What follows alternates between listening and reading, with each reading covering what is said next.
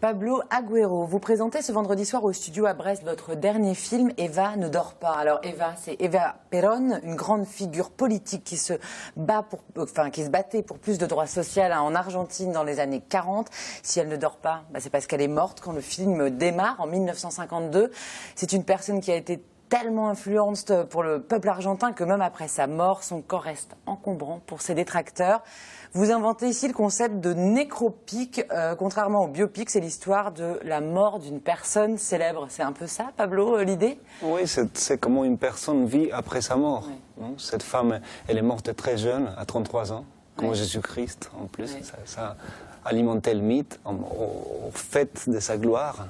Elle a été embaumée avec une technique de pointe, sans lui prélever aucun organe, alors elle ressemblait à une belle voix dormant. Oui. Et après un coup d'État, son corps a disparu. Elle a été enterrée 25 ans après sa mort. Elle a été cachée au Vatican avec la complicité de l'Église.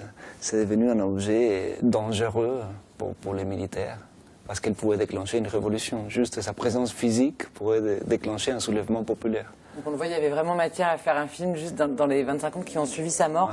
Ouais. On va tout de suite regarder, avant d'en parler, un petit extrait de la bande-annonce. El capitalismo foráneo y sus sirvientes oligárquicos han podido comprobar que no hay fuerza capaz de doblegar a un pueblo que tiene conciencia de sus derechos. Muerta. Esa hembra supo morir a los 33 años, como nuestro Señor Jesucristo. Pero está despierta. Hermosa.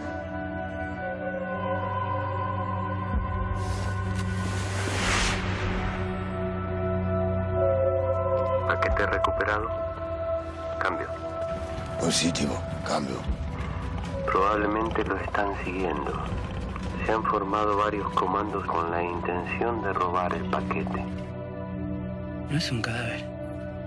Es Evita. Es un secreto de Estado. Pablo Agüero, vous êtes né en 76 en Argentine, c'est l'année où le corps d'Eva Perón est revenu au pays, si je ne me trompe pas. Un an plus tard. Un an plus tard, quasiment. Un tout petit peu.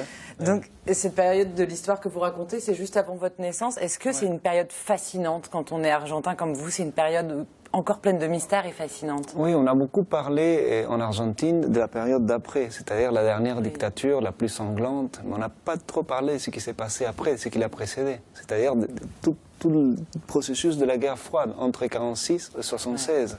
Qui est une période fascinante. C'est la période vraiment des espions, des secrets. Et où il y a beaucoup de mystères encore, il y a encore plein de théories, même sur l'histoire de son corps. Comment vous avez fait vos recherches pour écrire le scénario? Parce que vous avez dû fouiller l'histoire un petit peu avant de commencer à écrire. Oui, j'ai passé 4 ans à faire des recherches et des réécritures, à chercher le ton du film. C'est là où je suis venu en Bretagne à un moment donné pour déconnecter. Donc vous avez, alors je précise pour ceux qui ne sont pas au courant, donc vous êtes venu par le biais du groupe Ouest à Brignogan faire une résidence d'écriture pour travailler ce scénario-là. En fait, j'en ai eu 3. Il paraît que je suis l'auteur qui est le plus venu en Bretagne. C'est vrai? Bravo, à travers 3 organisations différentes, toutes liées au groupe Ouest. Et c'était un cadre pour m'isoler et pour chercher des solutions pour ce scénario. Et c'est aussi retrouver un peu l'ambiance de la Patagonie. Je viens de la Patagonie argentine. Et c'est vrai que certaines régions, certaines parties de la Bretagne. Donc la Bretagne a pu influencer un petit peu l'écriture. Oui, c'était l'introspection en fait. Les recherches donc ont été longues 4 ans. C'est délicat quand on s'attaque à un sujet historique comme ça. On y va avec des pincettes? Surtout, je ne voulais pas m'attribuer la vérité historique. Un peu comme font les Américains qui vous disent ceci est une histoire vraie et ils prétendent qu'ils vous disent la vérité. Et c'est jamais exactement la vérité. Et c'est surtout quelque chose de didactique. Ils essaient de vous dire ce que vous devez penser. J'ai choisi de faire un film plus étrange, qui peut être déroutant, mais qui est une expérience. C'est vraiment un film de cinéma. Vous entrez, vous vivez l'expérience. Et si vous voulez connaître davantage sur l'histoire réelle, vous pouvez lire, chercher sur Internet. Mais le film n'est qu'un film. Vous êtes plongé dedans. Un film qui rend curieux. C'est vrai, après l'avoir vu, on a envie d'en savoir plus. On va dire pourquoi il est peut-être un peu étrange. En tous les cas, il est peu classique parce que le scénario est composé donc de 3 huis clos. entrecoupé d'images d'archives très fortes. Des archives de foule dans les rues qui acclament Eva Perón.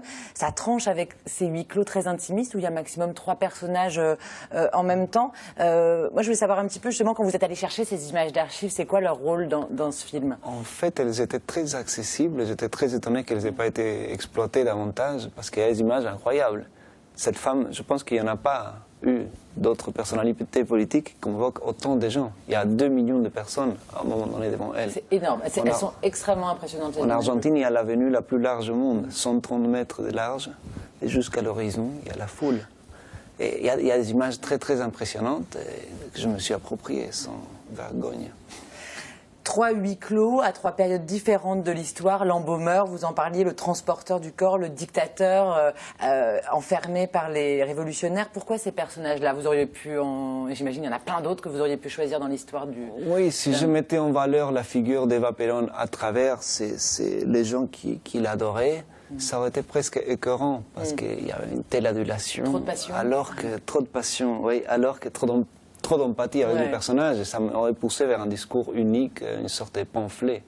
Alors que la voir par le regard de ses ennemis permet de voir aussi à quel point c'était révolutionnaire. Une femme au pouvoir, à quel point c'était révoltant pour les hommes, pour le machisme, à quel point c'était subversif ce qu'elle faisait à cette époque-là. Et c'est d'autant plus intéressant de le voir à travers le regard de ses ennemis. À quel point elle les a déstabilisés, elle les a perturbés, elle les perturbe encore. Le tournage a été fait assez rapidement, 20 jours. Oui. Je dis pas de bêtises, Pablo, à peu près. Parce qu'on n'avait pas le budget qu'on devait avoir. Plus. Et la particularité, c'est que vous avez tourné des scènes en plan séquence, les plans sans couper la caméra. Vous coupiez un peu après dedans. Qu'est-ce que ça apporte? Au lieu de me dire j'ai peu de moyens et du coup je vais avoir moins d'ambition, je fais un pari plus ambitieux encore.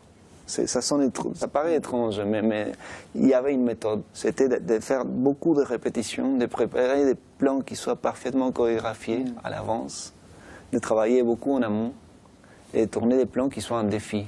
Chacun un défi esthétique, un défi des jeux d'acteurs. C'est presque virtuose ce qu'ils doivent faire parfois les acteurs dans un plan séquence de 15 minutes où ils ont en même temps une scène dramatique, des émotions, un moment d'action, des dialogues complexes, des scènes avec des armes. Du coup, il y a une tension, il y a quelque chose qui pourrait ne pas arriver jusqu'au bout. Et je pense que ça donne une certaine magie au film, ça le rend étrange aussi, son rapport au temps est particulier, mais je trouve que ça fait aussi la magie et le côté hypnotique du film. Qu'est-ce que vous voudriez que le spectateur retienne d'Eva Perón ou du film tout simplement?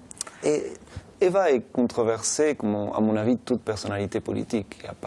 Il y a des grands héros, je ne vais même pas les mentionner pour ne pas créer trop de débats, des grands héros qui ont libéré des pays pendant la Seconde Guerre mondiale, qui ont libéré l'Europe, mais qui sont responsables des massacres dans des pays du tiers-monde en même temps. Toute personnalité politique est ambiguë.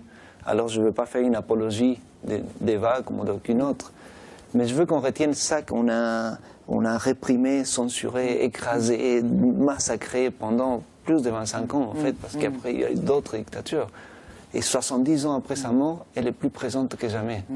Et en fait, ça prouve qu'on ne peut pas effacer les mémoires collectives, qu'on ne peut pas effacer le souvenir de quelqu'un, on ne peut pas effacer une idéologie, une pensée, un message. Ça reste. Et ça, c'est la beauté de l'histoire et la beauté du cinéma aussi, de faire revivre quelqu'un à travers le regard des autres.